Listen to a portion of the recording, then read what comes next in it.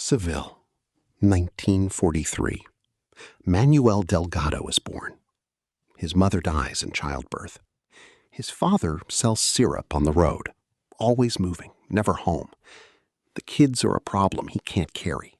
So he sends Manuel and his sister to live with their grandmother in Notorious, a factory town, far from Seville, far from everything familiar. Manuel never learns to read, never learns to write. He grows up in La Sierra, a rough immigrant neighborhood where survival is the only lesson that matters. He learns it well. He's 18. He joins the Spanish Foreign Legion, not because he believes in anything, because it's somewhere to go. The Legion is brutal by design. That suits him fine. He learns hand-to-hand combat, and one technique in particular stays with him long after the army is done with him. The golpe legionario, the legionary blow. A single strike to the larynx with the edge of the hand. Fast, silent, lethal. No weapon required. He walks out of the Legion and onto the open road. January 21st, 1964. A beach near Lorac. Early morning. Quiet. A 49-year-old chef named Adolfo Fulci is asleep against a wall. Delgado sees him, picks up a rock, walks over slowly. One blow. He checks the man's wallet. Almost nothing inside. The watch on his wrist is worthless. He drops it, walks away. Just like that. No panic, no hesitation, no looking back. The body isn't found until the fishermen arrive at dawn. By then, Manuel Delgado is already somewhere else entirely. Here's what made him almost impossible to catch. His victims were completely random. Men, women, young, old, Spanish, French, tourist, farmer, beggar, chef. No pattern, no type, no ritual. He killed when the mood struck, when someone insulted him, when he wanted money, when something inside him simply decided. He moved constantly. Catalonia, Andalusia, Valencia, the Balearic Islands, France, Italy, crossing provincial borders before any single investigation could develop. Spain's police forces didn't share information between regions. A murder in Ibiza was somebody else's problem in Cadiz. Delgado knew the roads better than the police knew each other. He stayed invisible for 7 years. June 20th, 1967. Ibiza. Margaret Boudry is 21 years old, a French student from Lyon. She's on holiday with a friend, staying at a small house outside town. Delgado gets in at night. She is suffocated, stabbed, a medal stolen from around her neck.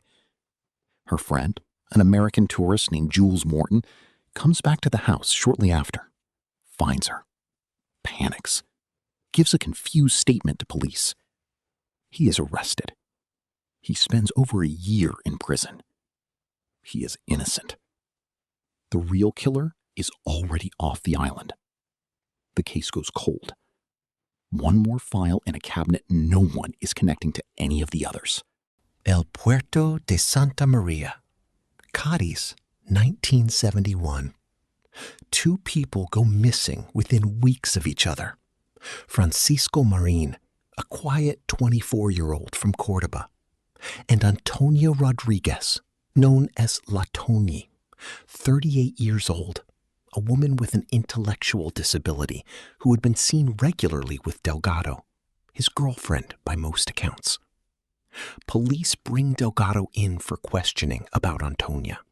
He denies everything. Then her body is found on the edge of town. He confesses, and then he keeps going. Murder after murder, location after location. 7 years of roads, faces, and violence pouring out of him in an interrogation room in Cadiz. 48. That's the number he gives them. Now, here's where Spain's justice system becomes part of the story. Delgado is diagnosed with a severe mental disorder.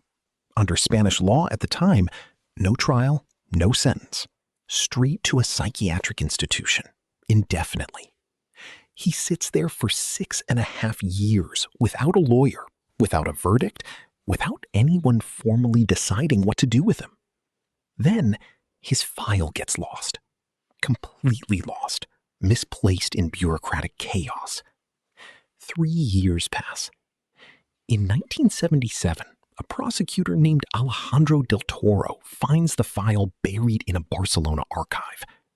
By now, Spain is a democracy. Franco is dead, and the idea of a man held for years without trial is a constitutional embarrassment the new government cannot afford.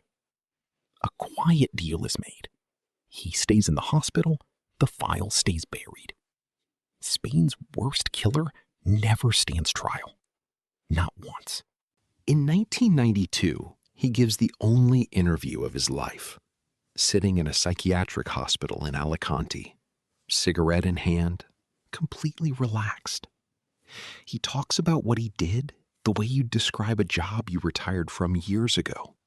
No guilt, no performance, no remorse, just words. In 1998, he is quietly transferred to an open psychiatric unit near Barcelona. No bars, he can come and go. He wanders back to Mataró, the town his grandmother raised him in. The same streets he walked as a child who couldn't read and had nowhere to belong. On February 2nd, 1998, Manuel Delgado Villegas dies in a Barcelona hospital. Lung disease, decades of cigarettes. No final statement, no confession count anyone could verify. And somewhere in Spain, possibly in more than one place, people are still in prison for crimes he committed. The roads are quieter now. The files are not all closed.